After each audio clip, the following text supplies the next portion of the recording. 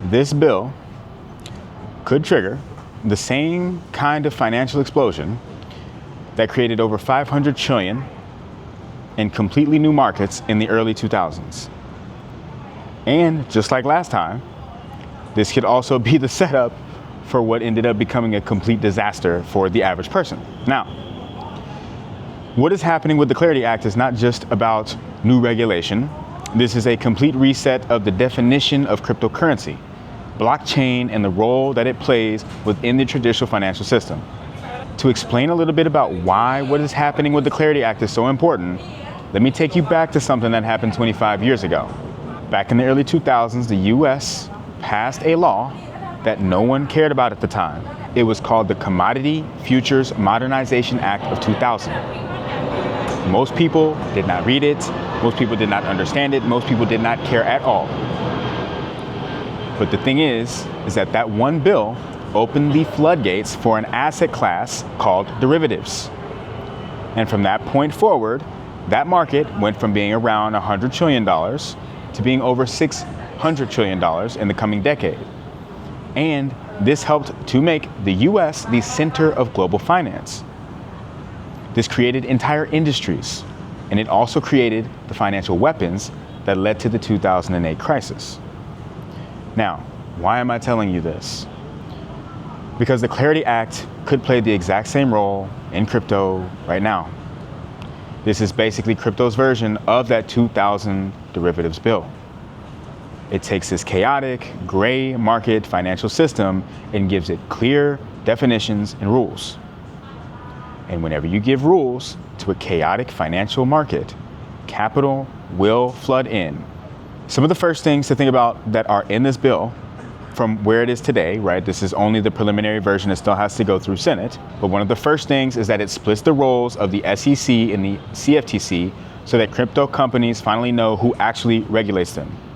Now, it also creates a safe harbor for decentralized finance, meaning that protocols can finally go out there and build without being worried about getting sued on day one or a few weeks after they've just finally put all of the investment that they did into their product. This also will create objective tests for blockchain maturity and not vibes-based what's decentralized and what's not. And most importantly, it will tell institutions, banks, and big money exactly how they can participate in this industry legally. Now, just like in the early 2000s, this will open the door for explosive innovation, but it can also lead to explosive mistakes. And we've seen some of the deregulation and what that looks like earlier this year when we had a new president come into office and launch a meme coin. And then the SEC come out and say, oh, by the way, meme coins are fine, right? Now let's talk about some of the specifics of what's in this bill as it stands. And even more importantly, what this is actually going to mean for you. The first thing is that it starts to define digital assets and it breaks them down into three different categories. The first category being digital commodities. These are basically tokens that actually do something on a blockchain. And these will fall under the regulation of the CFTC. Now, in the bill, it actually outlines definitions for a digital commodity, and specifically, it says that a digital commodity must be intrinsically linked to a blockchain system with its value derived from or reasonably expected to be derived from the use of the blockchain system. And it gives examples of for payments, governance, or network incentives. Now, this to me is fundamentally massive because what this is essentially outlining here is, in my eyes, all I'm hearing is the concept of a utility token. Okay, they've basically outlined and defined what a utility token is. And now that has a legal definition. That alone, I think, changes everything. And stick with me because I'm going to also talk about how that relates to the rest of some of this wording in this bill. So another thing, the second category that it breaks down for digital assets is an investment contract asset.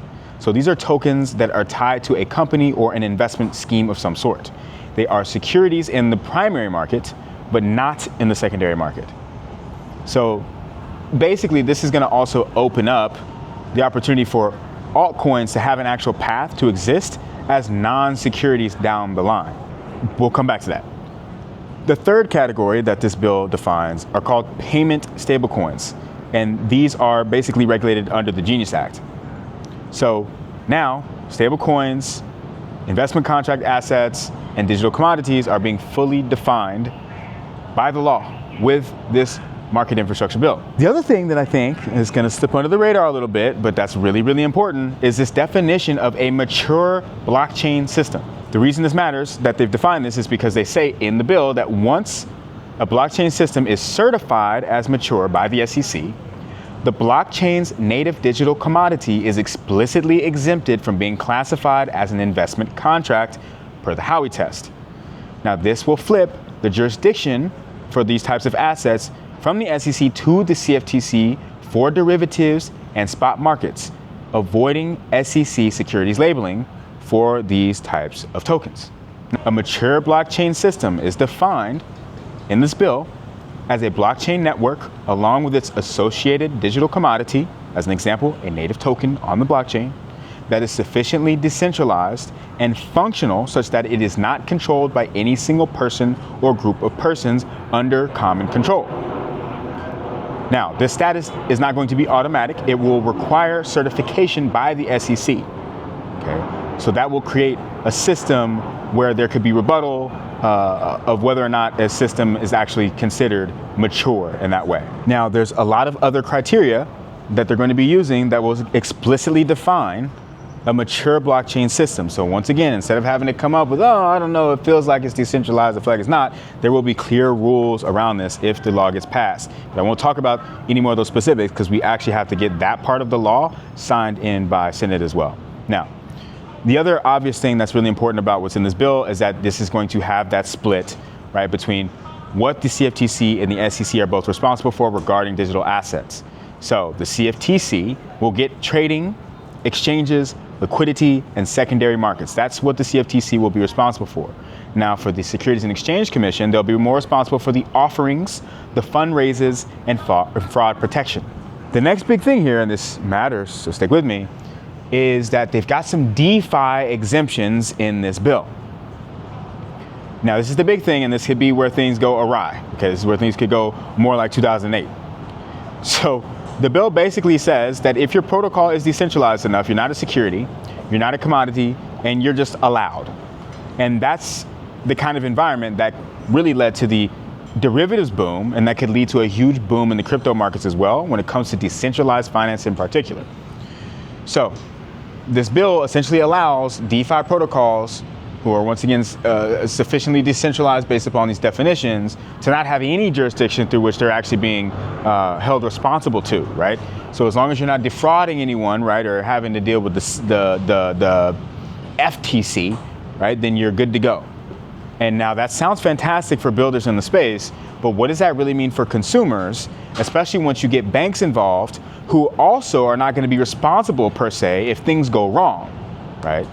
Now, it could be a little bit more complex than that, but these are just things to be thinking about, is that banks, if they're not going to be liable when things go wrong in these systems, then they might offer whatever is in demand, right? Just like earlier this year when we had some of these meme coins being launched and listed on major exchanges. And if things go wrong, is the exchange responsible for that? No, they are not. But did they make money off those trading fees? Yes, they did.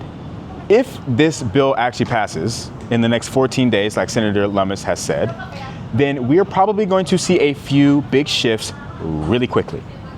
One of them is that institutions will no longer be scared. We're already seeing banks come out left and right and say, hey, we're actually ready to start offering the buying and selling of these digital assets to our customers. You'll also see real world assets, treasuries, and even security tokens start to trade on-chain legally. The floodgates for tokenization of real world assets will be open, and we will see this stuff happen very fast, right? Because we've already talked about some of the issues that security tokens will solve and the liquidity that can help to bring into the overall financial system when you have less friction and more people that can participate in it. The other big thing that I think could come from this is that DeFi will integrate with banks. Now, this sounds kind of crazy, but just imagine that with banks being able to not only buy and sell crypto, but having an infrastructure bill in place that will allow them to potentially offer yield on different types of products, right? Imagine you park your stablecoin at the bank, they're offering a better yield than the exchange might, or that any DeFi protocol might, or that they're getting from these DeFi protocols, right? So just imagine you've got your bank participating in DeFi. They're going to give you yield on your stablecoins if you park them there, maybe your Bitcoin and Ethereum or your other volatile assets, maybe XRP. And maybe even imagine that they'll even start to offer higher yields on something like a tokenized deposit. Because the thing about all of this crypto infrastructure is that this is going to create a much more competitive landscape for banks, the way that I see it, right? Because if you can offer crypto, then the real question is going to be, what yield are you going to offer me on my crypto? Right? Because I could just go use it on DeFi, but if banks are using DeFi in the background, then they might be able to get these yields that other people who don't know anything about crypto won't be able to offer. And if they can offer the yield that they're getting from DeFi protocols on regular tokenized deposits, or just imagine your traditional deposit, you won't know the difference, then that also completely changes the game. Now, doesn't it? Because now you're getting 200 basis points higher than the federal funds rate, because of the yield that's being generated from the crypto space. Okay, and what does that mean for the demand of crypto assets if that's the kind of scenario that we see? Now, the question here is, okay, cool, Keith. So basically, there's a few different things here that are going on. You've got the definition of a utility token in law. Okay, that's probably the biggest thing that you should take away from this video. I'm just gonna say it now. If we have a clear road to what utility means in the traditional financial system, then I think the best thing to be doing with your time is understanding, participating in the growth and building on and with anything that is an actual utility token that has real world use case. Because now banks, financial institutions, everybody, governments are gonna have a rule book through which they can interact with these types of tokens. A lot of us have been waiting for a moment like that, where it's more clear that the speculative nature of all of these cryptos goes away and we actually move into an era of utility. And I think that the Clarity Act can move us toward that kind of a world where digital assets flow freely throughout the financial system. And there's no more barriers as to why, if a bank wants to use a crypto token as a settlement rail, that can't happen. Right, we're going to be moving into that world very rapidly once this bill gets passed. So the Clarity Act does not just change how crypto is regulated. This fundamentally changes the entire relationship that crypto has with traditional finance and with the entire world. Now, just like in the year 2000, we might be opening the doors for a completely new aspect of our financial system that could create massive prosperity. Now, this could also lead to some massive mistakes, and some of the biggest ones that we've ever seen before. Because when it comes to crypto, when things go wrong, there's not really a way to just roll the tape back, right, and start over. Now, the craziest thing about all this is that really a lot of people aren't paying attention. And a lot of the people who came into crypto over the last 2 years, they're already gone. Bye-bye, see you later. We have banks stepping in saying they're going to start offering crypto. We have BlackRock saying they're going to tokenize everything. We have the government in the United States sprinting to get laws and regulations in place. We have the CFTC launching a pilot project where you can use Bitcoin and Ethereum as collateral for derivatives transactions, opening up the entire derivatives markets to cryptocurrencies. That changes everything. And regardless of what's happening in the markets, that is what's happening in the legal environment.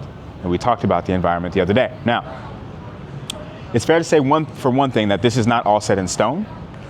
And it will take time, even if this law gets passed as it's written, for these things to come into effect. There are some of the rules in here that might take another 270 days before they're actually in effect. Okay? But with the regulators already actively pursuing and issuing guidance around a lot of this stuff, I really don't doubt that we will rapidly see things change, as we already have as soon as the United States president signed an executive order to rush all of this stuff in place in the first place. If you're new here, this is Keith D. I talk about everything money and markets. Be sure to like and subscribe. And if you haven't already, be sure to click the link in the description to subscribe to my live show with Ben Levitt called Memes and Markets. We go live every Tuesday and Thursday at 12 p.m. Eastern, and we are talking about everything that we just discussed in long form formats, and we talk about much more as well. With that said, Keith D, and I'll see you next time. Peace.